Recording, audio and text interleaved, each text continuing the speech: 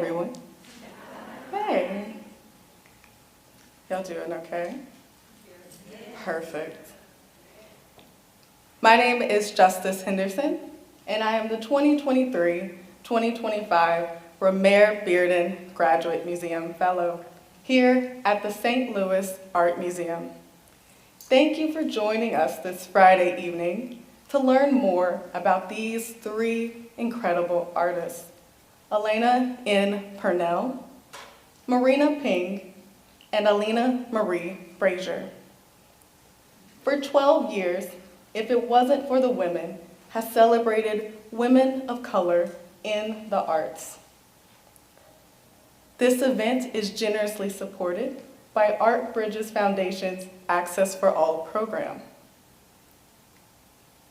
This event captures the spirit of Alice Walker's quote, that one of the roles of the artist is to create and to preserve what was created before.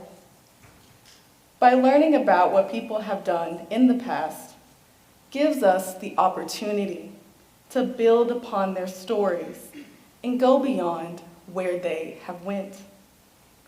This year's theme is Navigating Memory. To navigate memory is a call to look at the past, but also it demands one to be present and reimagine the future. Memories also reflect cultural and systemic issues that have shaped generations before and those after us. These artists are trekking their own paths to understanding how history has impacted how they move in the world, how they interact with others, and how they understand themselves. Their work demonstrates that memories do not stand still. Their fluidity and ability to be shared proves that these intangible thoughts can be realized. They can take up physical space, have weight, and in other words, live in our heads writ-free. We must recognize the immense work it takes to unearth these histories, decipher narratives, and understand one's own identity through them.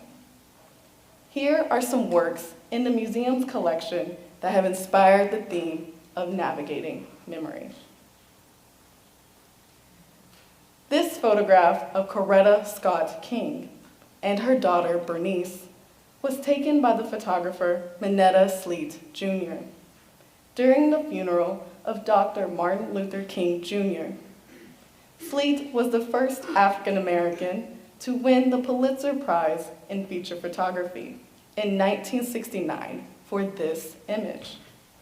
Sleet's photograph of Coretta captures her in mourning, but we also see her dedication to her role as mother, wife, and leader, dedicated to the movement and the continuation of its values.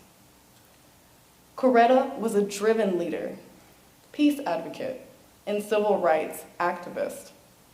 She is the architect of Dr. King's legacy and founder of the Martin Luther King Jr. Center for Nonviolent Social Change. Her work included utilizing her musical talents to organize freedom concerts, walk in protest, and travel around the world, advocating for racial and social justice. She once said, "Women, if the soul of the nation is to be saved, I believe that you must become its soul." Like Sleet, the artist Lorna Simpson also has a background in documentary photography. Lorna Simpson was born in 1960 in Brooklyn, New York. She has received the J. Paul Getty Medal in 2019 and has exhibited work in museums like the Whitney Museum of American Art. In her 1991 work, Counting, there are 3 images. At the top, a cropped image of a Black woman. The middle, a South Carolina smokehouse that was formerly used as a slave quarters. and the bottom braided hair. The images accompanied by the numbers allude to an African American experience and leaves the work open to further interpretation. She uses photography, video art, and filmmaking to identify and critique stereotypes about gender, race, and identity.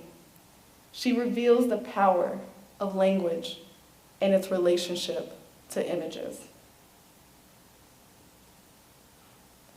In Untitled Kitchen Table series, the artist Carrie Mae Weems is both photographer and protagonist.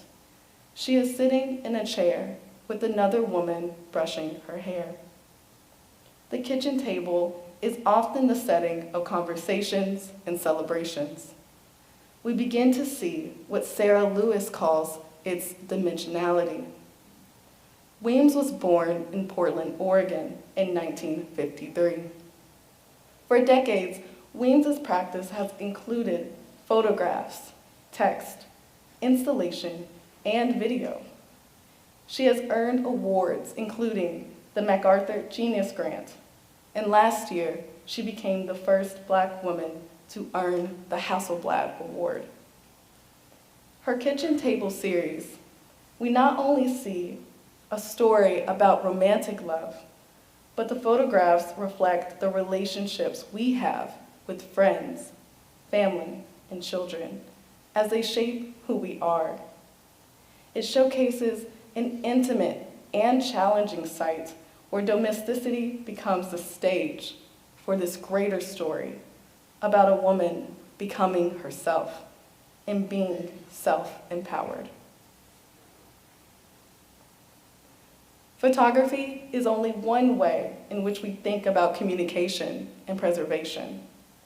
These ideas are also found in Julie Mehretu's abstract painting titled Gray Space Distractor that is currently on view in the Gary C. Wirtz and Richard Frimmel Gallery. Julie Mehretu was born in Ethiopia in 1970 and moved to the United States with her parents in 1977. In 2005, she was the artist for the Currents 95 exhibition here at the St. Louis Art Museum. Her paintings, drawings, and printmaking have also been displayed in exhibitions such as Documenta 13. Mehretu uses cartography, iconography, and architectural blueprints to inform the geometric shapes and dynamic composition. In this painting, Mehretu uses white lines and colorful shapes against this gray background, a color she uses to reflect her view of the social and political climate at the time. From May 2023 to May 2025, the Donald Danford Jr. Gallery highlights the Native Artist Collaboration Series, Faye Heavy Shield. The collection-based installation includes 3 parfleches from the late 19th century. Artists painted hides with rich colors, geometric shapes, and symmetrical patterns. Folded like an envelope, the parfleches are then used as storage and for transportation. Faye Heavy Shield's collaboration reflects the idea that physical and cultural objects can hold memory. Faye Heavy Shield was born in 1953, and she is a member of the Kainai Nation, part of the Blackfoot Confederacy. She was raised and continues to make work on the ancestral territories of southern Alberta.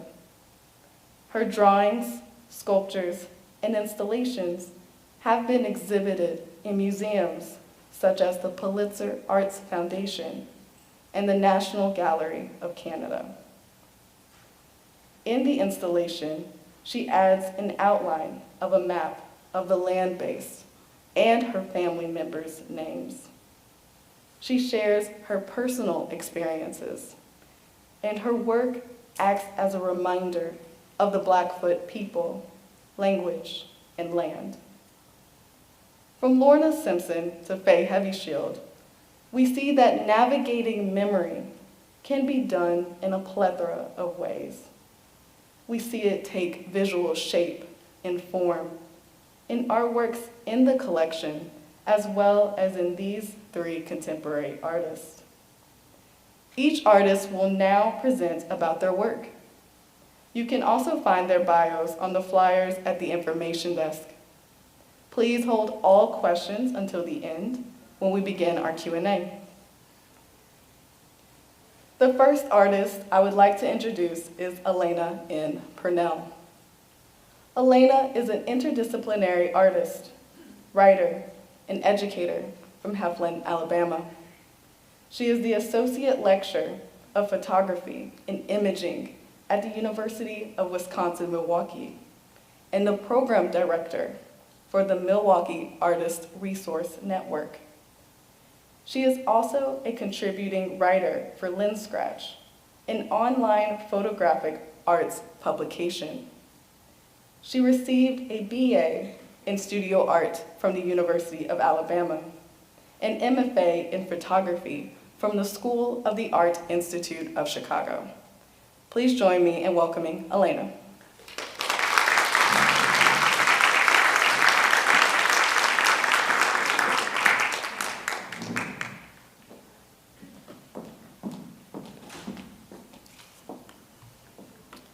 Hello, hopefully everyone's good. Thank you, Justice, and everyone for being here. I'm just gonna dive right in, not that far. Great, I'm gonna be talking about just one specific body of work today that I had worked on for quite a time when I lived in Chicago, when I was still a student at the School of the Art Institute of Chicago back in 2019, 2020. And I think just as some initial context to where that interest is sort of rooted in is my initial interest just in family and also history, especially Black American history, and recent interest in archives and what family looks like, how family is represented. That started off as how family is represented inside of the home and how that interest sort of branched out into what especially Black families look like in more institutional settings, whether that's in museums or even private collections and so on and so forth. This is just my family, who I really appreciate. And kind of taking a step back a little bit, in 2020, we all know how hectic of a time that was, especially in the summer. I went back home to Alabama and I was just helping my family organize some photos at my grandmother's house. This is my grandmother. She's actually 83 today and they're watching at home, so this is really sweet. And we were organizing all of these photos, and through that I scanned a lot of them and I took them back with me, the scanned versions, printed them out just at CVS, put them in my studio, and I put them in there just for inspiration, thinking that I was just going to make some kind of a project with them, and led to me deciding that I want to make some type of project looking at maybe the Art Institute of Chicago's collection and see if there are positive depictions of Black families in that collection. This was new territory for me, so I didn't know. And I also felt like leading up to this moment, I had made work that was quite heavy.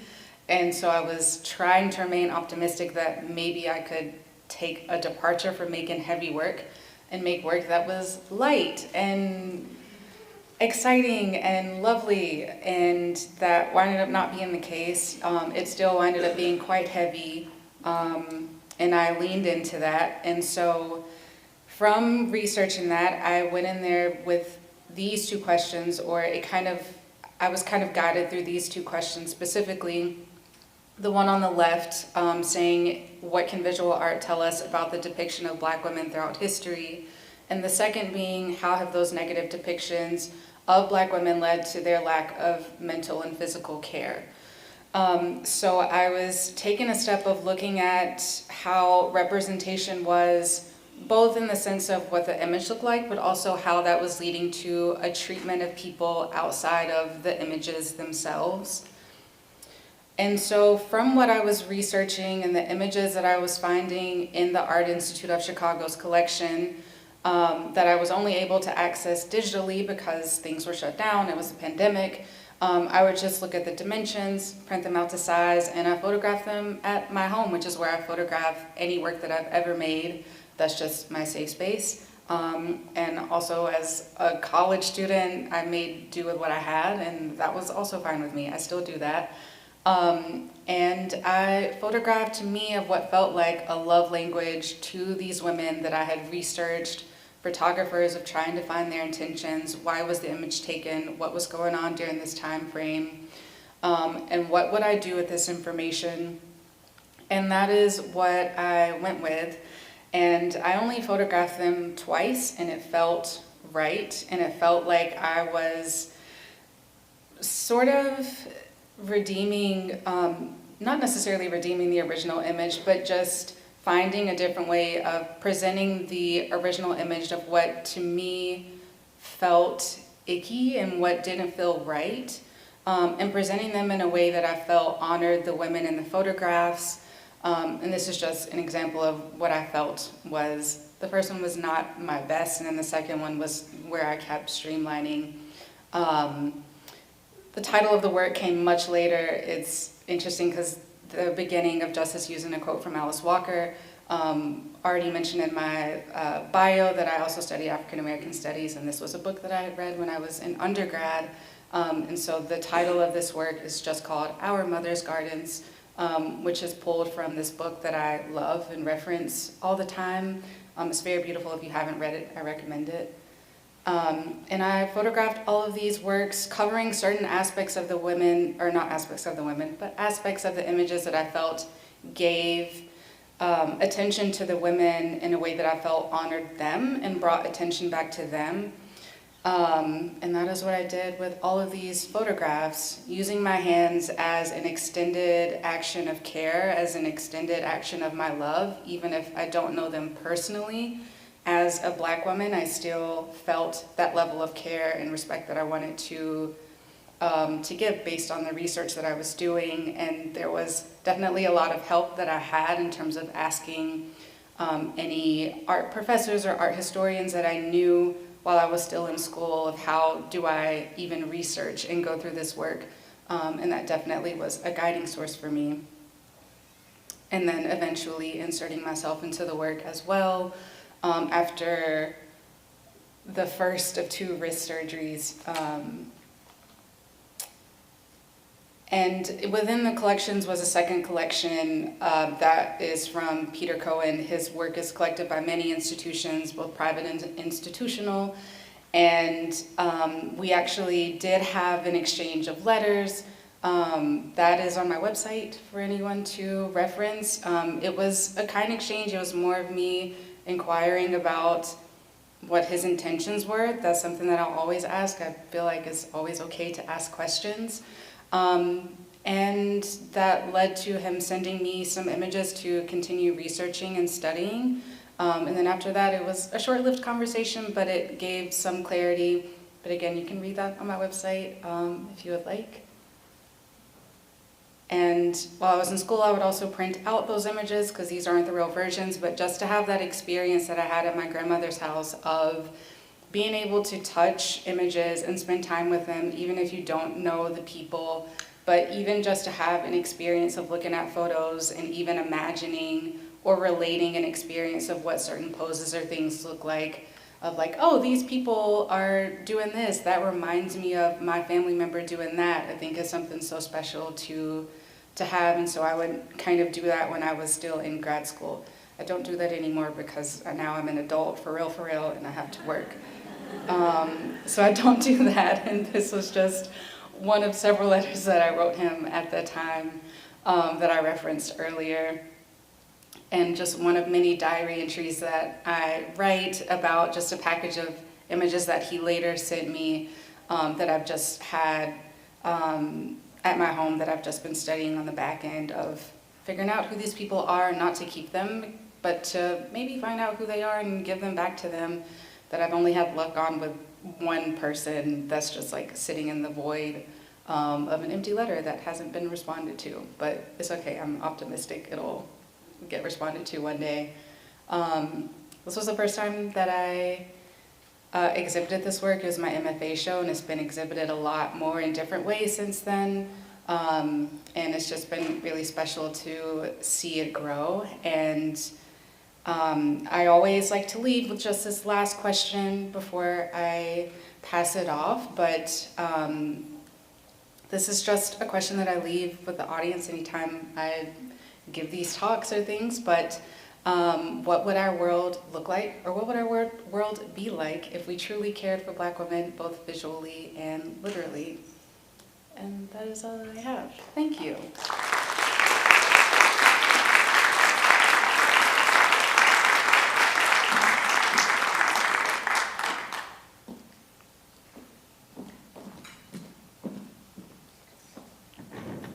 Thank you. That was amazing. Next on the stage is Marina Ping. Marina is a multimedia artist from St. Louis, working across fiber, sculpture, installation, and photography. She received her BFA from Washington University in St. Louis in 2017. She has exhibited her work both locally and regionally at spaces including Acre Projects, Dream Clinic Project Space, Duane Reade Gallery, Granite City Art and Design District, the Kranzberg, the Luminary, Plug, and Granite City Art and Design District. Please welcome me and join me as we welcome Marina Ping.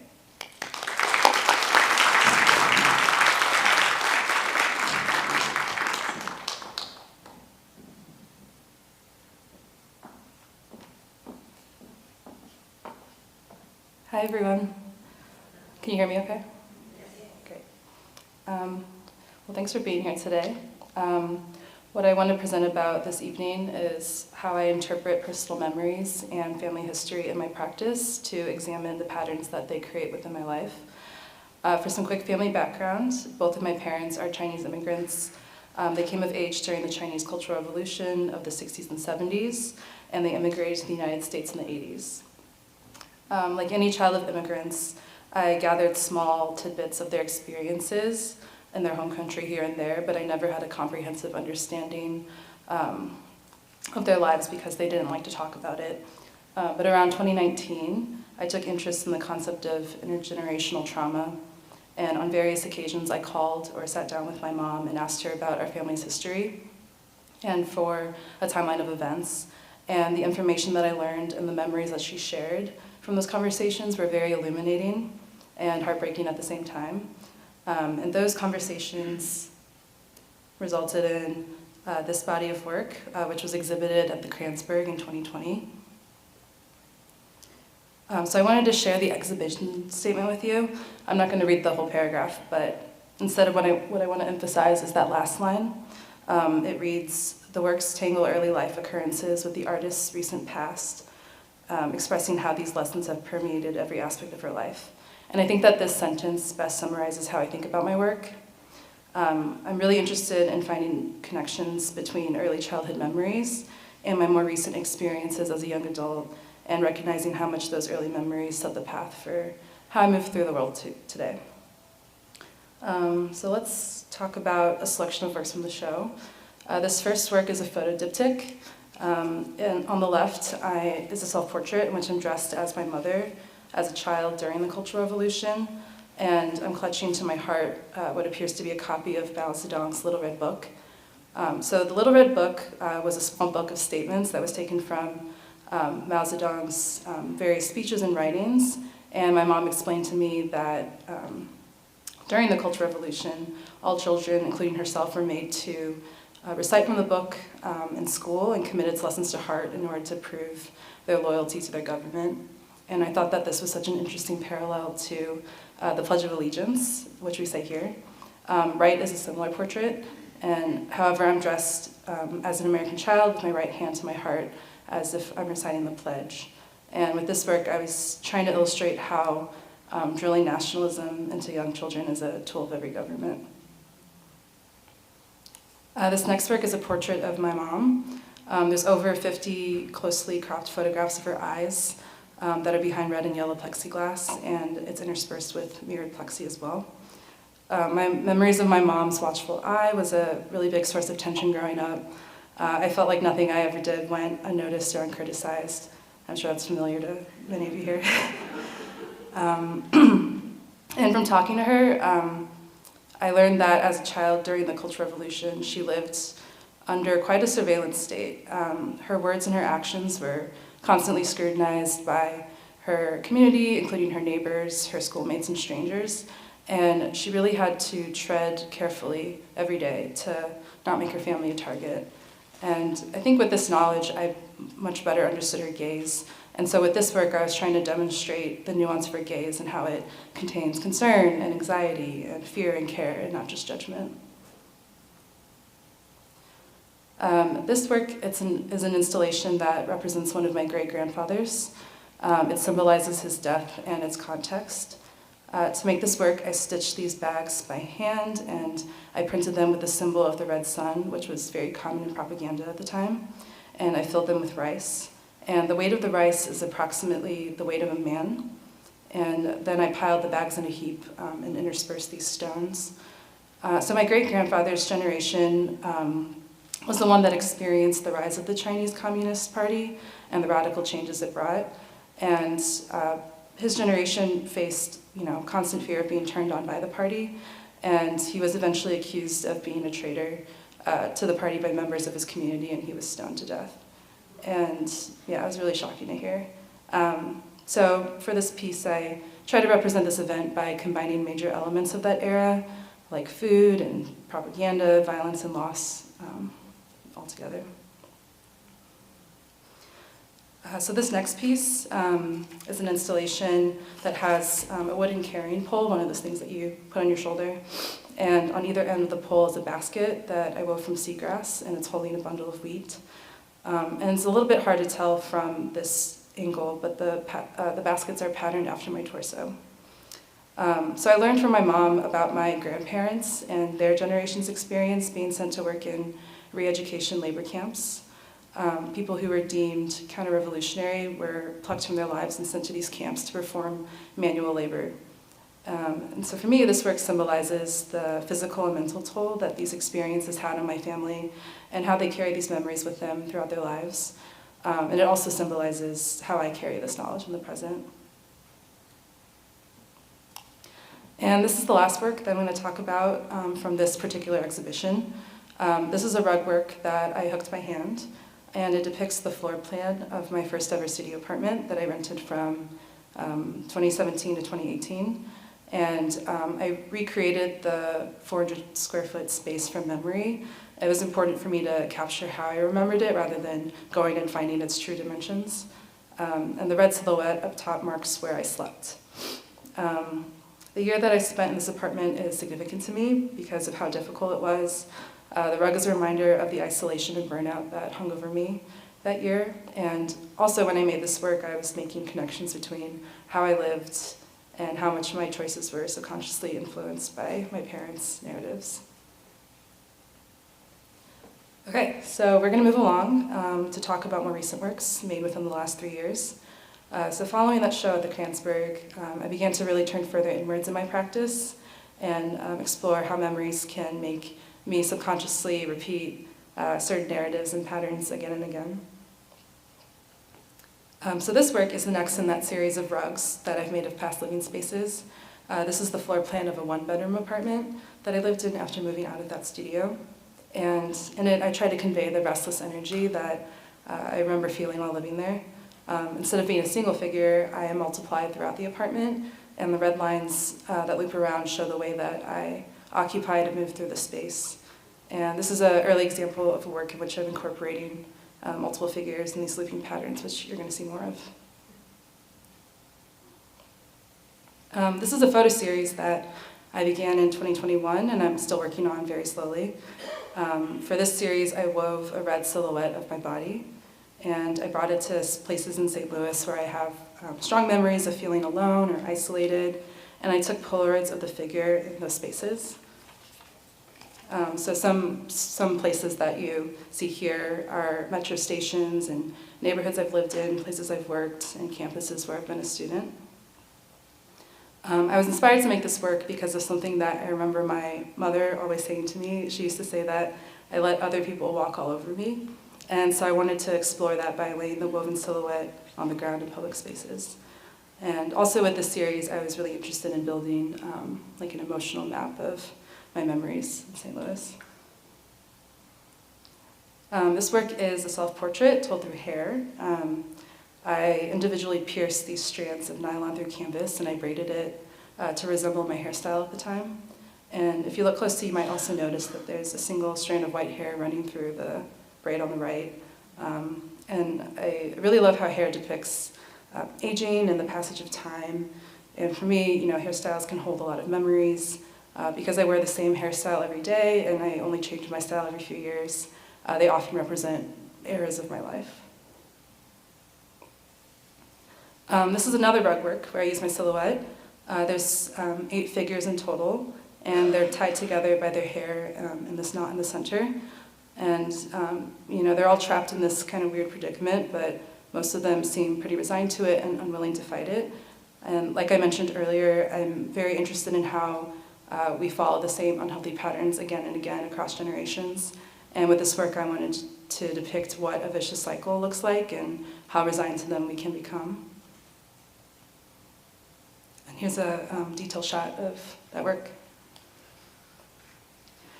This next work is a hand-woven runner that has all these rats running in this continuous counterclockwise loop. With this work, I was playing with the concept of a rat race, which is an endless or futile pursuit. And to me, a rat race is really the epitome of a vicious cycle. Just like rats, humans are social creatures, and we're inclined to move in the same direction as others and pursue the same things, and even when we're not sure why. And it's very easy to succumb to following others, whether that's family or peers or the society we live in. So similar to the previous work, with this work I wanted to depict that instinct to remain in patterns. So this work, it's a very long work, it's close to 30 feet long. And in it there's these 2 figures that are both me, and they're engaged in a game of tug of war. But the rope that they're pulling is their braided hair, which is conjoined somehow. And the red marks the center of the rope. And because it hasn't really strayed from the center, you get the sense that they're kind of stuck in this deadlock. And with this work, I was thinking about dual consciousness and how having 2 competing identities and sets of experiences, like for me, having both Eastern and Western sides to my identity, can put us in a deadlock and unable to move. I think that this rug work also explores this concept, and so does this small weaving as well. All right, this is another rug piece. There's, again, multiple silhouettes, all me, and they're in this conflict with one another in this cartoonish cloud. And some are fleeing, some are fighting, and some are defending themselves. With this work, I was trying to represent inner turmoil and how, like, as a result of, as a result of intergenerational trauma, how we can develop hypervigilance over time, and how we can see everything as a potential threat and have this instinct to fight or to flee in response. And also, I wanted to show how, ironically, as a way of trying to protect ourselves, we can also harm ourselves as well. And so I was trying to convey that humor and pain of that dynamic. This is the final work I'm going to talk about today. It's inspired by the Fool in tarot, which is a character that usually represents the beginning of a journey. And the Fool is usually depicted like setting out on a walk and carrying a bindle on their shoulder, just like I am in this work. But they're usually looking very optimistic, and the sun is high in the sky, and they're about to unknowingly walk off of a cliff. But in my version, I put myself in the role of the fool, but I altered it. Instead of representing the beginning of a journey, I'm trying to represent a point in time that's mid-journey. And I depicted myself resting on the edge of the cliff and gazing pensively at the setting sun. And I titled this piece Foolproof because I was remembering how I spent years trying to foolproof my life by following these very rigid rules that I set for myself to try and have control over my life. But maintaining control is impossible. And I came to that realization that I've played right into generational patterns that exist in my family. So this work is a reflection on that mental journey, and I think that's an excellent place to end today. Thank you so much.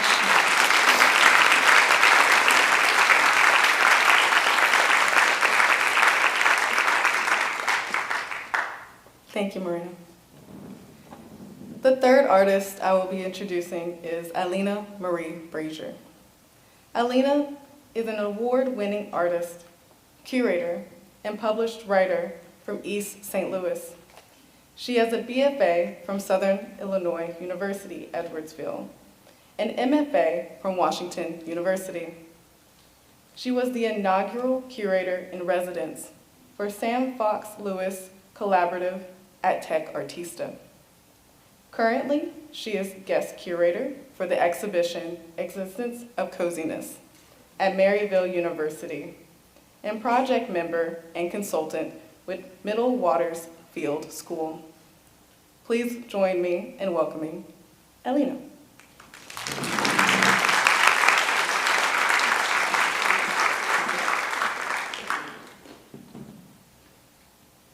Hello, everyone. I just want to say glory to God for establishing my steps to be here, and thank you, Justice, for inviting me. So, I want all of us on the count of 3 to just take a deep breath with me. 1, 2, 3.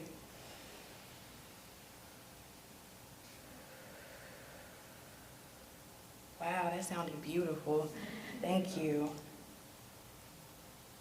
So this is baby Alina Marie. So before the art practice, themes, and concepts, I have been a memory holder. My eyes, nose, and ears, mouth all belong to the past. It belongs to a generation before me. Even my name holds memory. Alina is my grandmother's middle name, Mamie Alina. And my papa, my grandfather, named me Marie. So I have 2 first names, Alina Marie. And then these are my family's last names, and so I wanted to honor them and say them. Kelly Carthon, Harmon Brazier. Navigating. Not only thinking of a planned course, but also how that course of travel is seen in spiritual, physical, and mental levels. In my earliest works, I began to really take interest in laws, practices, and how they really fill out the area and how we navigate through time. And so this work, redlining, during the 1930s to 1960s, redlining, the New Deal, where the government agencies would mark areas on a map, outlining where people can and can't go, loans and ownership, getting agency ownerships were hard and difficult and non-existent.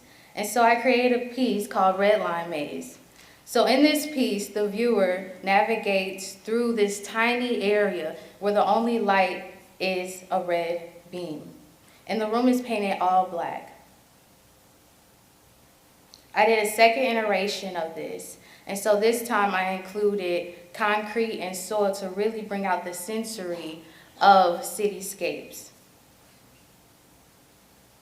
A generational travel and memory, the wanderer. I created the wanderer as a person, as a creature that came to Earth to help navigate for its ancestors and descendants. In this, it crosses from one generation to another. I would also like to point out that the model in this is my father. This is called a ghillie suit. So in nature, you can be camouflaged and not seen. And this one is a 3-part series, photography series and a performance. The Awakening. This is when the Wanderer came to Earth, being protected and protecting its land. Lost and Searching. Once being on Earth, it is confused. It doesn't know quite where to go or who to help. And in the last part, The Reveal. Now you can see the human form of the Wanderer. And it's slowly revealing that it is a person and not just a creature. Sight. My hometown of East St. Louis is often a reference and inspiration of mine, showing and revealing the physical conditions of land and social interests. Building Abandonment Place Markers series is a series where I built a garden box. In each part of the land where it is hidden or where it's being constructed on, the box reveals its space. So this is a wetland, and so there's different plants and animals, but it's also land removal in the back. A playground. This is where I often grew up playing at, and I just wanted to highlight this because it is also in a flood zone area. And then the solar panel, where is the huge solar panel farm right next door to the high school. And these are edgelands. So for the past 2 years, I have been interested in where rural areas and cityscapes collide and meet together, forming a new ecosystem. And so that same playground gets flooded. And so as kids, we have to really navigate on where to go and how to play. But I also showcase the beauty of these edgelands, where different hidden critters of cranes, beavers, and ducks, they just swim along. But right on the horizon is a shipping container, showcasing that urban area. Healing. Contemplating Play is a deconstructed landscape and playground. Now this comes in terms of when I was thinking about questions of what is play and what does play look like in adversity, during grief and trauma. How do you initiate play? And then I start to think of that at times I can recall operating in memories of pain and grief. So it's very psychological. Healing. This piece is Perpetual Motion honoring Miss Katherine Dunham. And so for this piece, during the 1960s and 70s, East St. Louis was experiencing turmoil with its government and its residents. And so during this time, people were feeling lost and grief, much like Contemplating Play. However, Ms. Dunham came to East St. Louis and saw that raw emotion and knew that the people needed an outlet. And so she taught dance there. Now, Ms. Dunham wasn't new around the block. She created one of the first black ballets in America. And so for this piece, coming into East St. Louis, again, she saw that spirit and taught dance, culture, and even music like percussions. And for this piece, I wanted to honor Ms. Dunham.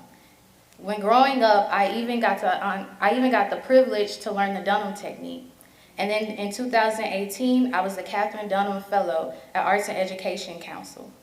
And so I knew that I had to honor Ms. Dunham.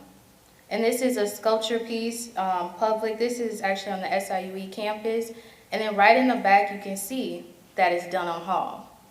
And so it's not only perpetual motion of how she moves, but it's her legacy and memory.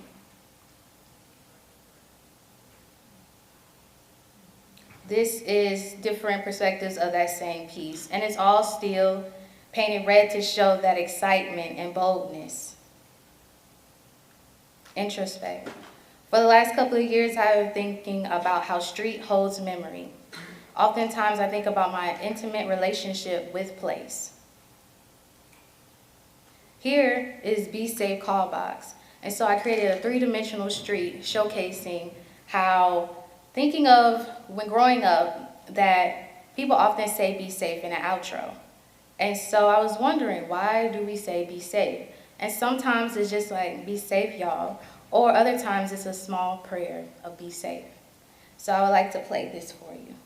Be safe, be safe, be safe, be safe. The block is hot is also connected to how the street holds memory. Except this time, for 3 years, I collected sounds that were all around me. Being in the beauty shop, getting my pixie cut buzzed, or my dad telling a joke, and sirens, rainfalls, railroads screeching out. And so collecting all those sounds in between each one, I say be safe in a whisper. Because safety is not always at the forefront of my mind. Sometimes it's just in the everyday movements.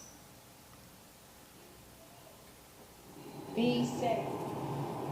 The funny part about it was they gave me a gift, and it was a wallet. And I'm like, what am I putting in this? I'm leaving, I ain't got no job. Be safe.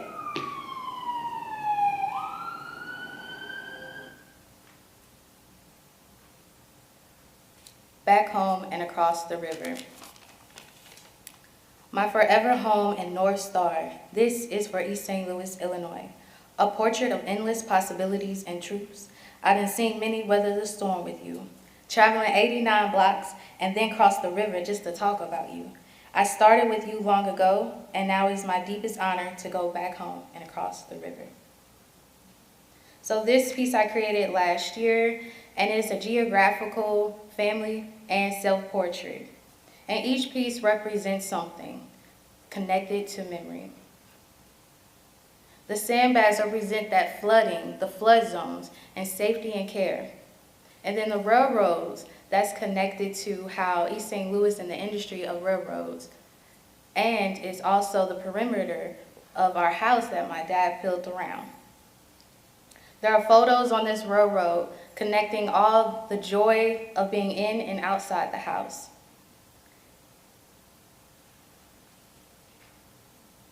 And then Red Line made its way back in, right on the free throw line, where I think about basketball and how it parallels with life. And I want to say that in 1917, my great-grandparents and my grandfather, who chose Marie for my name, escaped the East St. Louis race riots. And they went across the river and lived in St. Louis for 3 years. And then they decided to go back to East St. Louis. And so I always think about when making this piece during my grad program, I will always cross that river. They were crossing the river to live and survive for the future, for themselves. And then I got the chance to be in a grad program and tell their story. And so I just want to end this with thank you very much for centering with me.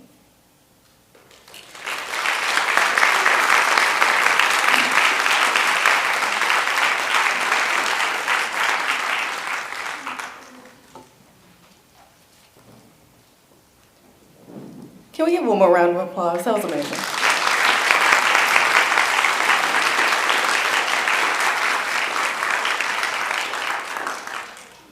We're going to shift to the Q&A portion of this event. We're going to have two very wonderful staff members walking around with microphones. Please raise your hand and indicate that you have a question to ask. Please keep it concise and brief in case we have lots of questions, and we want to make ample time for you to be able to ask it.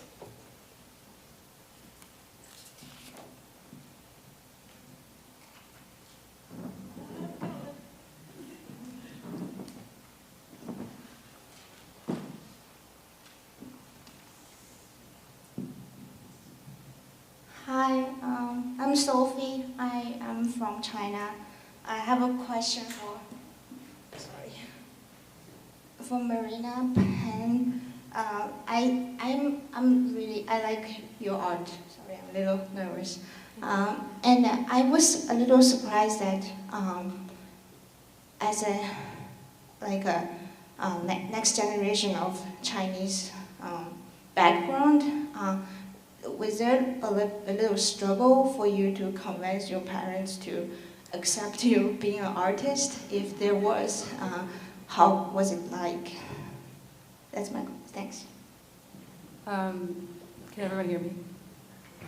Yeah, absolutely. I think I had the unique position of my mom still lives here in St. Louis, but my dad moved back to China when I was maybe 8 years old. And so kind of because my mom was working and raising me and my sister, I think that she was a little bit distracted by everything that she was managing at once. So I think that I was able to like kind of fly under the radar a bit. And also I'm the younger sister, my sister's older than me, and so most of the focus is on her, and I was kind of like doing all this creative stuff. And then it wasn't until like high school and I was thinking about going to college that I kind of sprung on my mom like, hey, I want to go to art school. And she was like, oh. But I think that she trusted that that would be okay. And so, yeah, I think I was very lucky that my parents were relatively okay with it.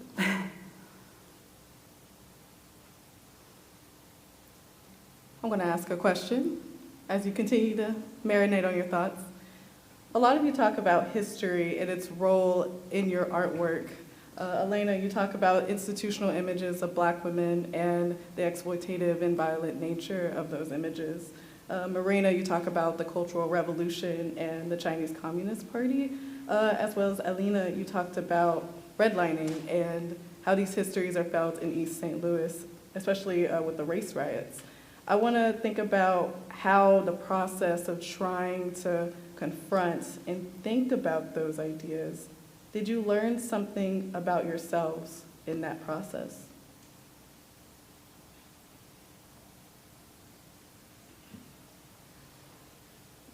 I can go. I know that for me, I feel like before I started making this work, I think I didn't have as much, I don't think I had as much like care towards the work that I was making before. That was definitely autobiographical, I think. I did put myself more on the front line in my work. I was very in like self-portraiture and so on and so forth. But I think after making that work, it made me more, I think, caring towards the work that I'm even making now and just being more mindful of that, and also just towards the way that I engage with the other images that are out there, which also definitely impacts the way that I teach and how I've been teaching the students that I have. So I think it just changed my mind and my outlook a lot on both image making and the way that I make images and how I interact with myself and the way that I think of myself in the real world too, and just other people in my real life. So yeah, it changed a lot that I wasn't expecting. So yeah. I think for me is realizing that I am a part of that history and memory. And so I'm always looking at photo albums or interested in oral histories. And then I think, oh, there's a new generation. So my cousins and my niece, and I see them and they don't have a clue right now. But to teach them and show them that our family history is just as important as the broader history that they learn. And so that they have love in the family and a lot of different ways to look at our family's history. So really embracing that role to teach them, embracing that I am a part of my family's memory and always carrying that with me. Right now, it's not necessarily a burden. It's more so kind of in the spiritual realm that my family, my grandparents are always with me. Even the ones who I haven't met, I always look at, we have a family tree book and from a family reunion, and it dates back to the 1800s, and I love looking at it and thinking, I can't imagine the nuances of love and hate and tiredness that they might have felt, but I always take them with me wherever I go. Like I mentioned earlier in my presentation, I talked to my mom and quite a few conversations about her childhood, and that was really enlightening for me. I had this perception of my mom, but then from talking to her, so much of her personality made more sense to me. She really grew up pretty isolated from. She didn't grow up with her parents. She lived with her grandmother, my great-grandmother, and then for a long time was actually taken care of by her aunt. And she basically was always in these contexts where she was very much alone and kind of doing her own thing. And that really explains a lot, and I very much operate in the same way. So I learned a lot, about her, and that made me learn about myself, but particularly with making this work, and some of these pieces you saw that I was kind of I was inserting myself into these narratives or standing in for my mother in some of these pieces, and really doing that, I think, was oh wow, when you actually put yourself into something, you kind of start to recognize the connections there.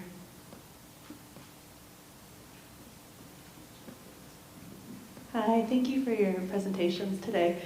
I'm wondering if you can talk, I'm interested in how material exploration comes up in each of your work, and if there was anything as you've developed the bodies of work that you shared with us around what the materials meant in your own exploration that might be surprising or interesting or just changed you in some way in working with the materials that you chose to work with. For me, I entered into this as a sculptor and installation artist, and I'm always thinking about materials. I'll be at Home Depot and just oh, I need that.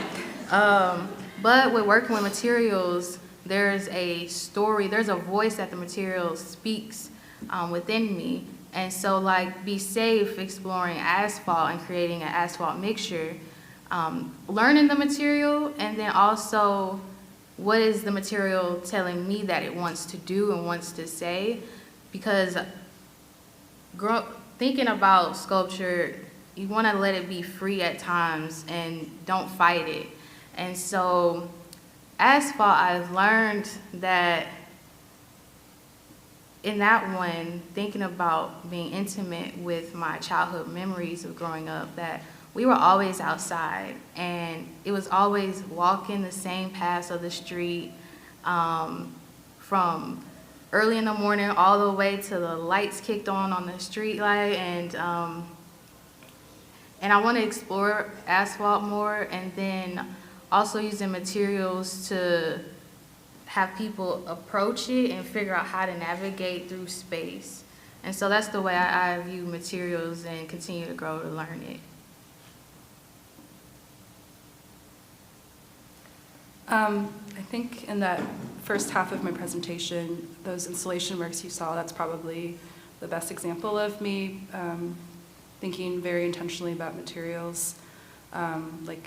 You saw the installation with the rice, and there's a lot of natural materials like burlap and seagrass, things that are relevant to my family's backgrounds and history. But I think maybe more recent work, since I've moved more into working with fiber, you can weave anything, but I've been, I'm learning, so I'm still using classic things like wool and cotton, so it's a little bit less about the material, maybe more about the process. And I think the biggest thing is labor, doing something line by line, and how that really relates back to the work. I'm not as explorative with materials, so my final result is always winds up in a photograph or photographs in some sort, but the inspirations vary. Yeah.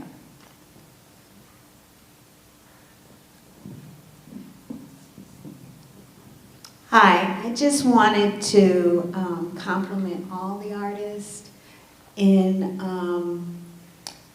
it's just amazing. Everyone has a different story, but your presentation allows your viewer to be empathetic with your story.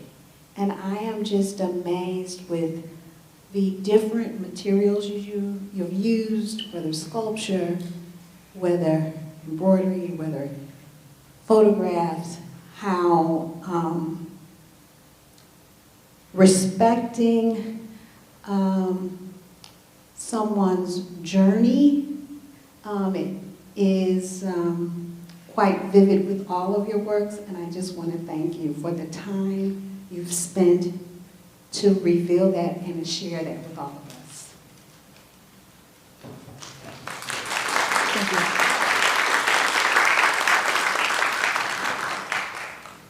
Thank you so much. Those were just phenomenal, so beautiful and inspiring. I was struck by how you each use photography so differently and uniquely, and I was wondering your thoughts on photography now that so many of us are only using our phones and doing selfies, and just curious about your thoughts on that medium now in the digital era and the iPhone era.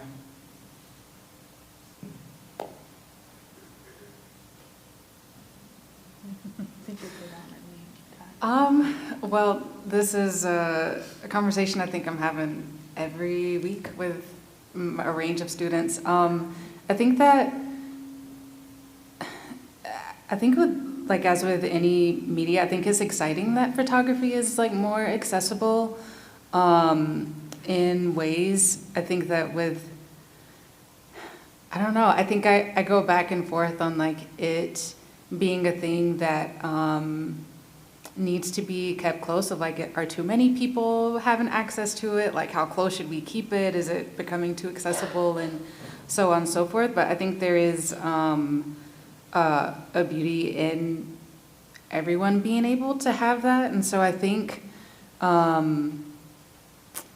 depending on like what's being done with it, I just, at least for my students, depending on what direction they're going, I just try to encourage them to make sure that they are finding their own voice with it and not getting too stuck in the weeds of, is somebody else going to be doing the same thing that I'm doing, or so on and so forth, because it could happen, it could not, but all that matters is like if you care about it at the end of the day.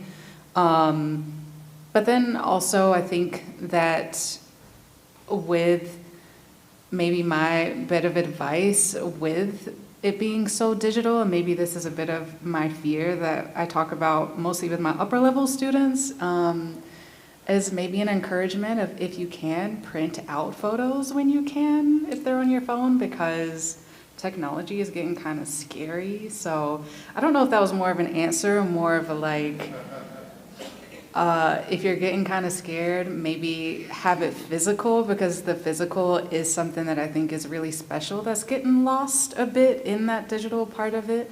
Digital's great, but something about having that tangible object is also really special, that I think is something that I find myself advocating more for than the conversation of like the other side of like maybe less digital. I don't know. Print out your photos on your phone. That would be my advice. Yeah, that's very real. The Polaroid piece that I showed you guys, that was me like thinking back to, photo technology from when I was a kid. Like, we had instant cameras, we had disposable cameras. My mom shot things on film cameras. And I think I've been moving more recently into trying to just like take photos with things that like you either just produce one physical copy, or like if I'm taking something with film, like I can't see the photo as I'm composing it, or I can't see the final photo, I mean. So like I really just have to rely on like, okay, I have 36 exposures, like I just have to do it. And then seeing them all together at once when they're developed, that's really gratifying. So I feel like there's maybe like a trend of people my age kind of going back to technologies that they remember from being a kid. I agree with what both of them said, because I entered into photography a little bit later in my art practice, and having that accessibility with using my phone, it helps me a lot to understand my visual language and what I care about. And yeah, I think just having the care of what you're taking images of, and being free with it, I think it's it's good. And like they said, print them out, because now I'm like, I want to print out everything that's in my phone, because there are memories in the phone, but then I'm also interested kind of like how photo albums, like the nuances of just having them from years ago. And so keeping that intimacy with the photo still alive, I think printing out helps as well. Hi, thank you so much for your speeches tonight. I'm kind of curious because all three of you, your practices have involved telling some of your own personal stories or connecting to your personal history. Could you maybe talk a little bit about both kind of the rewards and challenges of investigating larger concepts but from personal narratives?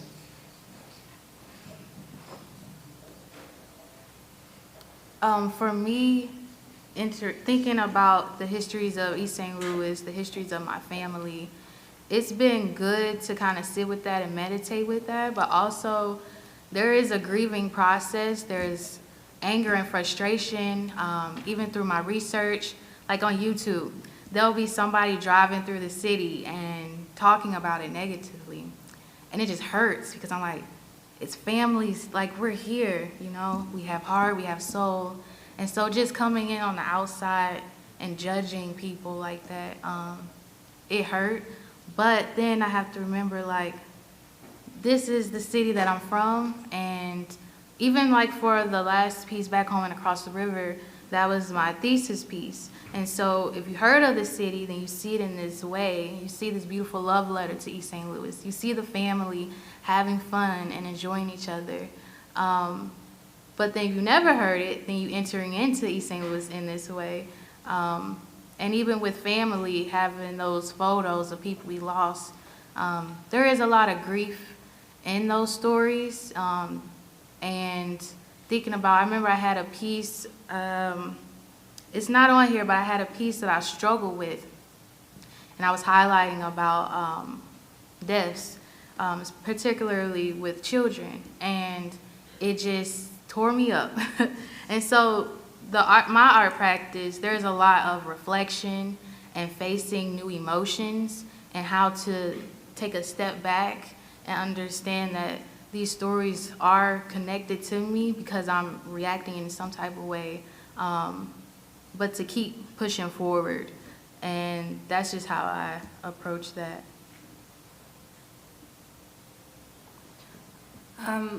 I think that I feel like my generation is like very interested in doing a lot of like self-work and reflection and trying to, you know, break generational patterns and thinking a lot about, you know, how they were raised and how much that's affected them. And so, yeah, in my work I've done like maybe too much thinking about, you know, my life, and it can be overwhelming at sometimes, but I think it's like really rewarding. Like I really do believe that like the more personal your work is, like the more people will somehow find like resonance in that. And so I think that I feel like the only way to move forward for me is to keep really digging deeper into the personal. I think for me,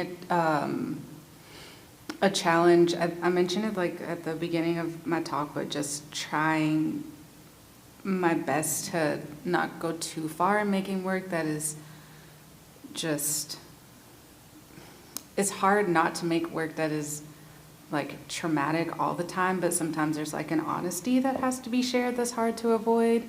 But I think without having to like overshare details is something that I've been trying to get better at in my work. And then I think as a first thing, because I do start off with like a root of sharing maybe things like culturally that my family is impacted by, as like us being from the Deep South, I just make sure as like a number one thing of never putting my family in a position where I'm ever throwing them under the bus, because I really go hard for my family and that's just nothing that I'm ever gonna do because I love them too much. So yeah, I think just family first, and then also just trying not to do too much with like sharing like oversharing Black trauma, that's already a lot to process on the back end of making work, so, yeah. I just want to say it was incredible work of you three. I thought it was very inspirational. But going on to your last point, I think memory is really unique in that oftentimes we as humans, you really only tie memory to trauma for keep yourself alive. It's almost evolutionary. As artists who are representing memory in your mediums, do you think it's important to balance that concept of trying to protect yourself or maybe the scars of the memory, or try to lean more into the positives of your memory? It's difficult because we tend to lean as a society into another one versus the other direction. Just curious. I think that in some of these works, like especially that piece that had those photographs of my mom's eyes, I think that was an example of a work where, like, I know that, like, it's very easy to just, like, have a memory of, like, someone being a certain way, but then, in truth, like, you're really just kind of summarizing it under, like, one guise, right? And I think with that work, that was me really exploring how, like, I kind of misremembered a lot of my experiences growing up, and by just like summarizing them, I was kind of negating a lot of things that my family offered me. And so yeah, I think striking a balance, like definitely always thinking about that when approaching works that explore tough memories.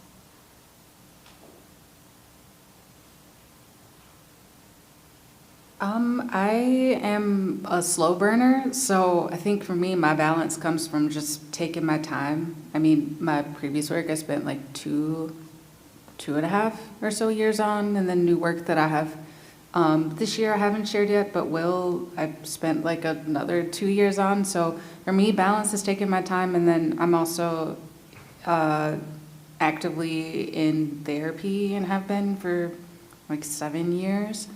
And then I enjoy life on the back end. So I have fun, so that helps. And then I think also just being okay with not having to share everything is also a thing. Because I'm like, people don't need to know all of the details. I think that was something that I had to like come to terms with maybe post-grad school. So yeah, I think balance, it comes inside and outside of the work for me.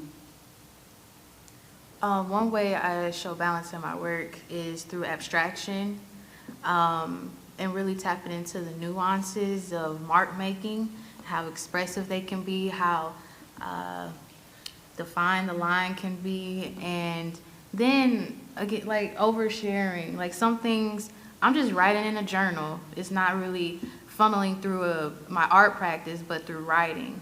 And so those are different ways that I find balance. And in the work, so like Back Home and Across the River, that one is, I call that a hopeful ritual.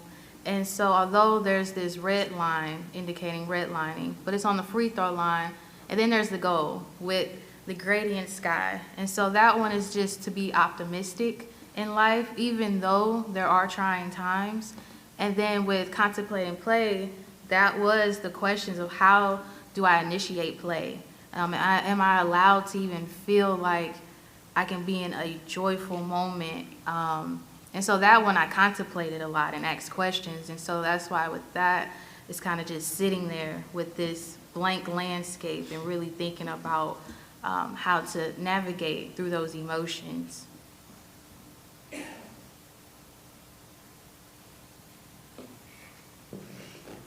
Hi guys, thank you for sharing your art with us. I have a question from my friend with the mic over there.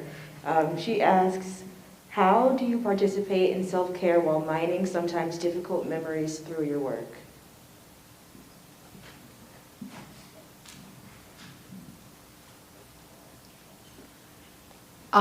I participate in self-care by going to concerts and indulging in trash reality TV and spending time with my friends and eating. honest answer. That's perfect, thank you. 2 years ago, I discovered Love is Blind, and it was really a really nice escape. But yeah, I think maybe this is like not enough self-care, but like not doing your practice all day, every day when you have time, I think is really important. So yeah, just spending time with people. For me, spending time with family, and the biggest self-care for me, I'm a person of faith, so I do Bible studies. I'm in a group that's talking about a creative practice and how you let that flow.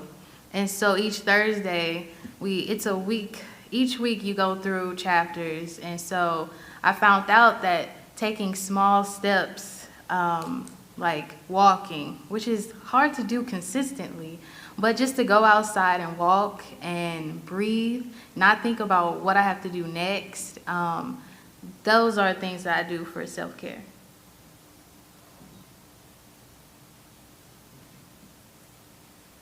Hi, I'm totally blown away by what each of you have done with your art and your presentations.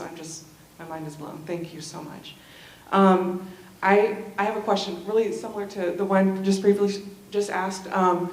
When I think about the themes tonight, I think about how to be safe, experience care, and not feel alone. And I think about like 3 different tiers, like there's self-care, there's ways to approach those things by yourself. There's ways to approach them with your community that you regularly see. And then there's also society as a whole. And I was just really curious about what you imagine and envision as we try and create new memories and new ways of being with those 3 tiers in mind. And you just talked about the first one. But what about, how do we do better with community and with our society as a whole in pursuing those things?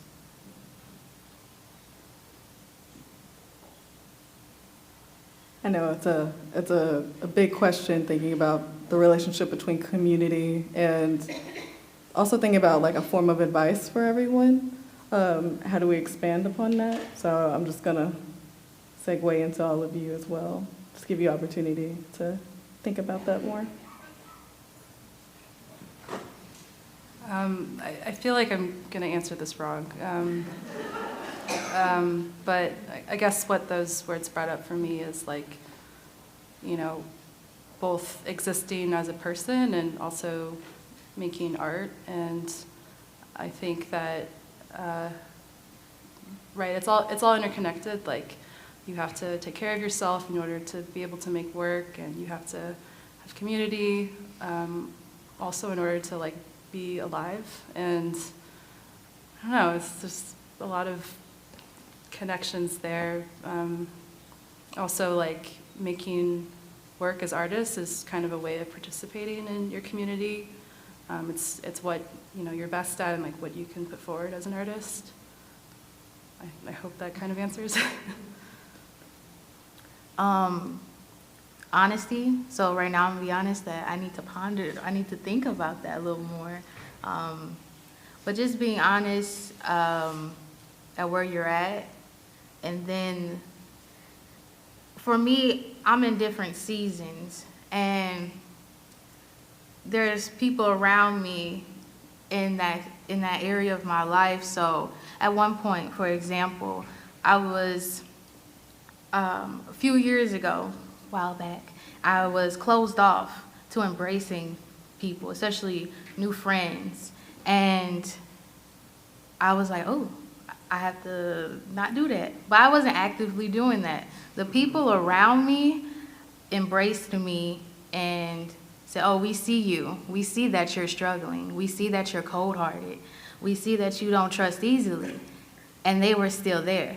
So being honest, but also in that honesty, it was hurt. I said that I can't accept friends. We're not friends. We're, I just know you. But then it was like, no, they were still there.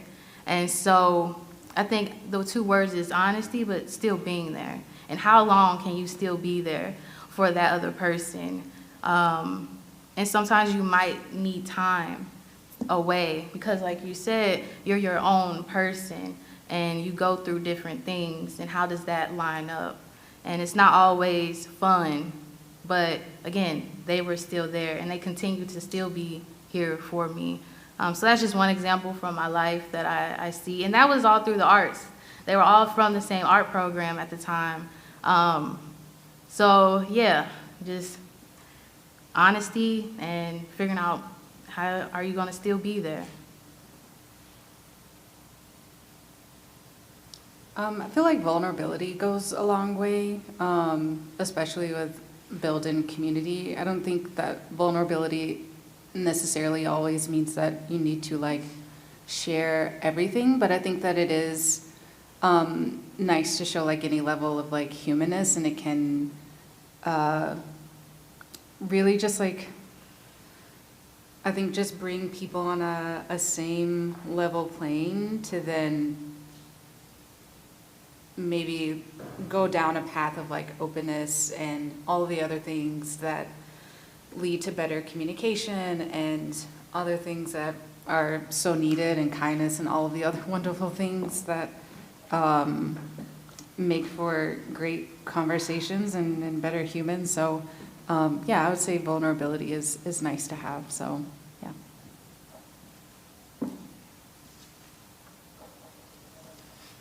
I really like that we've created this very vulnerable and open space to talk about this. It's become really generative and really speaking to the introspection, the inward process that you've all sought through your practices. I think I saw another question right here.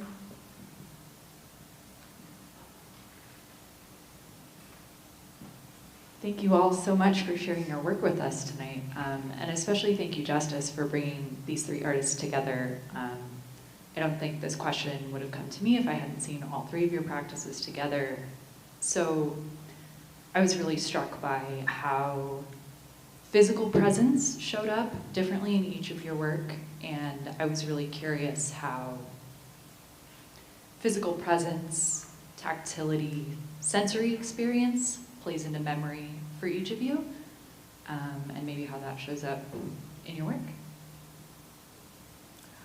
For me, for the Block is Hot, creating those asphalt pillars, that was very sensory project that I did. And so you had asphalt and you had sounds of different places. And when I think about that piece, I think of terraforming new ecosystems. And so for that, it's like, oh, I hear the sirens, but then all of a sudden a train track is like screeching, and then all of a sudden it's the lawnmower. And who are these people telling jokes and reading poems? And so it's just a collection of memories. So right now I'm thinking about how sound is like photographs. It's that moment. And so I'm always collecting sounds, either my parents laughing together, or if they're telling a story, or I hear wind chimes, and the wind chimes would be from since our house was like 30 years old or so.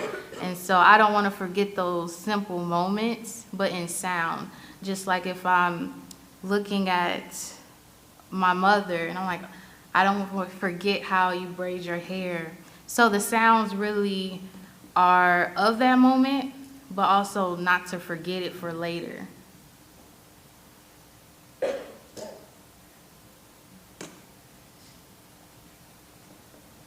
This is such an interesting question because I think like 5 years ago, I wasn't present in my work at all, which is interesting. But I think that the instinct to like bring in like a physical presence, whether it's through silhouettes or, you know, these installations that like take up space and in some ways represent a body. That was just like a way of like recognizing that it's okay to, you know, take up space and try to represent myself and my background and my work, and maybe the most way to do it is to be very conspicuous about it, like very much make these silhouettes very stark or in bright colors. Yeah. So I've been quite performative photographically for a while. I think since about 2017, 2018. But with this work, I've not photographed with other images before. before it was always very present. So this one with having like past images, I think in this way I found inserting myself was more of a meeting history where it was at to bring it into the present. Minus the self-portraits, I think me just using my hands as like that love language of physical touch, which isn't my primary love language at all, that felt to me of just like what felt right to do in that, with that work, so yeah.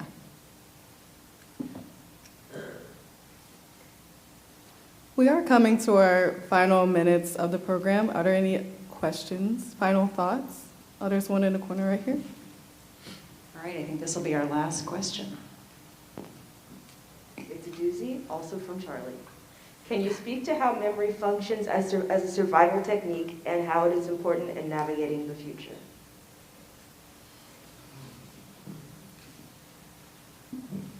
Thank you, Charlie. I know that we talk a little bit about like the future and reimagining it through some of the works in the collection. So I really think it'd be exciting, and also piggybacking off this idea of community, thinking about how can we, instead of thinking inward, how can we also think outward as well?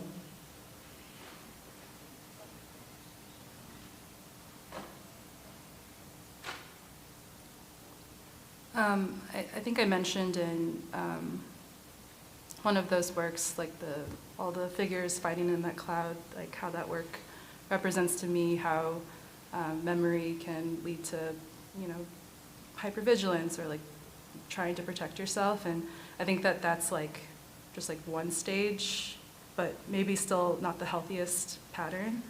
And so I think that last work I shared with you, the image of like the fool is like kind of more of like the reflection phase of like, instead of just, always jumping to like protecting yourself because you can cite these memories, like recognizing how maybe that isn't like only the way forward. Like there's work that needs to be done, like acceptance and healing, I guess, to get to a point where like memory can protect you, but in a healthy way.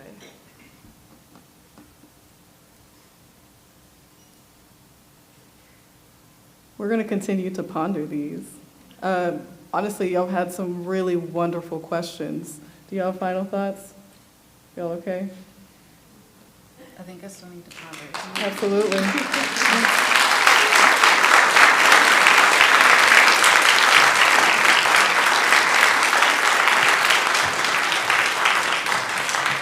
Thank you all for joining us today. Because we have some questions that we want to continue to ponder on, please feel free to come and talk to our artists and talk more and unpack some of these very beautiful topics that you brought up today and some of their work. Thank you so much, everybody.